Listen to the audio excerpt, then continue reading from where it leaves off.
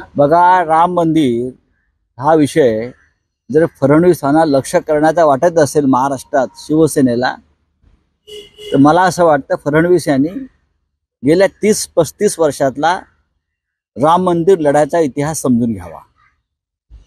फडणवीस यांनी आधी स्वतःची खुर्ची सांभाळावी। राम मंदिराच्या संदर्भात शिवसेनेचं योगदान काय आहे हे या जगातला प्रत्येक हिंदू जाणतो।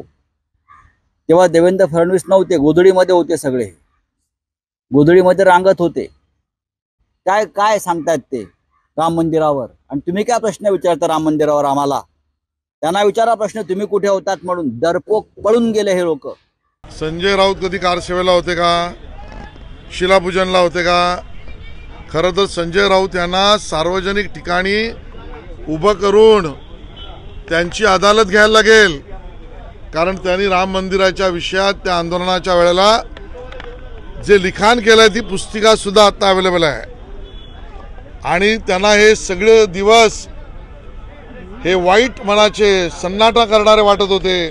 संजय राऊत राम वर्गणीची चेष्टा केली आहे, राम जन्मभूमीच्या जागेवरच्या विवादाला फोडणी दिली आहे, आणि म्हणून राम मंदिर आणि राम भक्तांची कुचेष्टा संजय राऊत यांनी केलेत। ते राम भक्तांचे पापी आहेत आणि संजय राऊतांना बोलायचा अधिकार नाही।